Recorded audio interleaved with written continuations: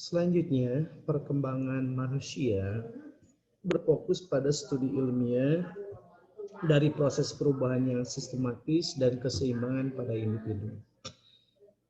Kemudian, para ilmuwan perkembangan atau developmentalis, mereka melihat dari sudut pandang ketika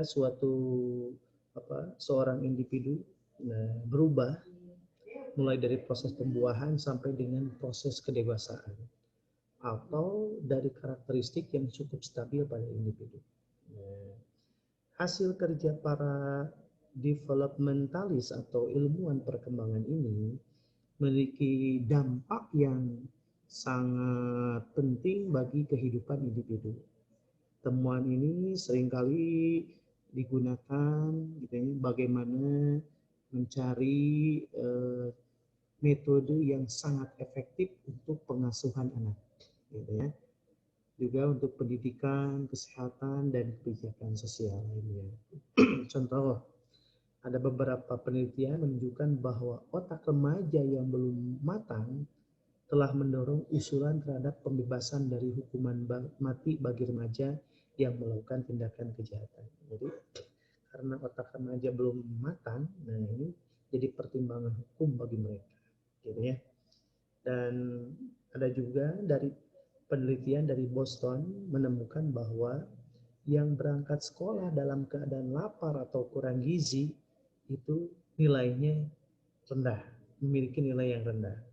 Juga cenderung lebih emosional dan tingkah lakunya lebih bermasalah, gitu ya. Dan setelah melakukan sekolah memberikan sarapan gratis, maka partisipasi belajar meningkat, ya, gitu ya. Emosionalitas dan permasalahan tingkah laku berkurang. Nah, itu contoh bagaimana studi perkembangan ini berimplikasi sangat baik terhadap pendidikan, gitu ya.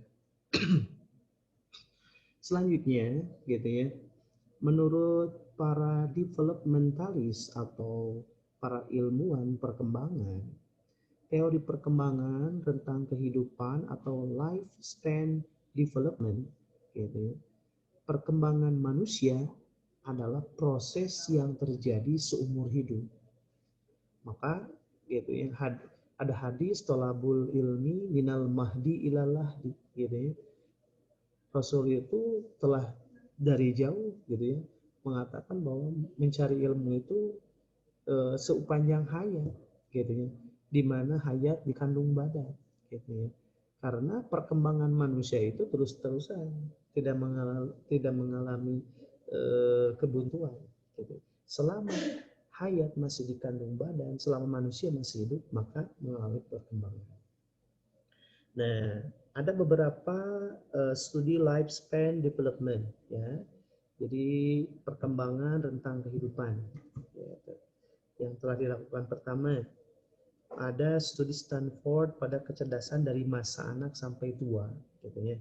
Stanford ini pernah menguji kecerdasan dari masa kanak-kanak sampai usia lanjut usia, gitu ya. Ada studi pedoman dan pertumbuhan Berkeley, ada studi pertumbuhan remaja Oakland, juga ada studi pendekatan perkembangan rentang kehidupan Paul B. Baltes, gitu ya.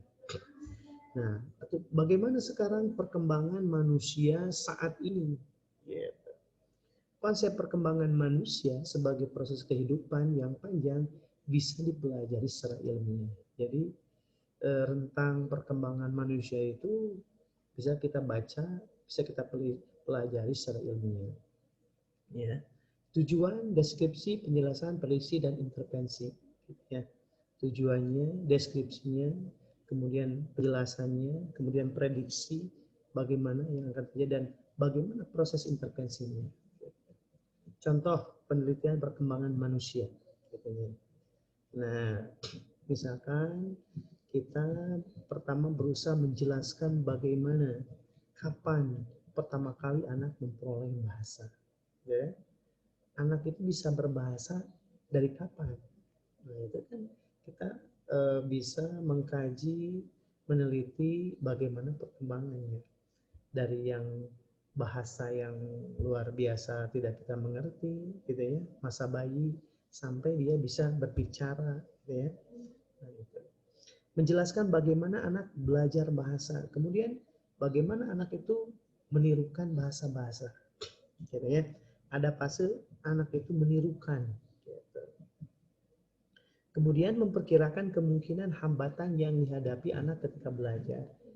Hambatannya, gitu kan, anak itu kan tidak serta-merta bisa bicara, gitu ya. Saya sebagai orang tua ngerti betul bagaimana fase anak itu dari bahasanya yang belum kita mengerti sampai saat ini bisa diajak bicara, gitu ya. Nah, kemudian apabila ada hambatannya, bagaimana, gitu ya, kita memberikan penanganannya, gitu ya.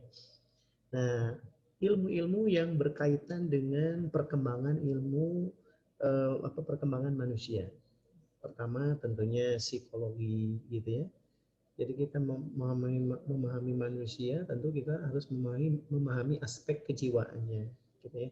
Psikiatri, antropologinya, biologinya, genetikanya, ilmu tentang keluarga, pendidikan historis, juga ilmu tentang pengobatan, gitu ya. Itu sangat membantu.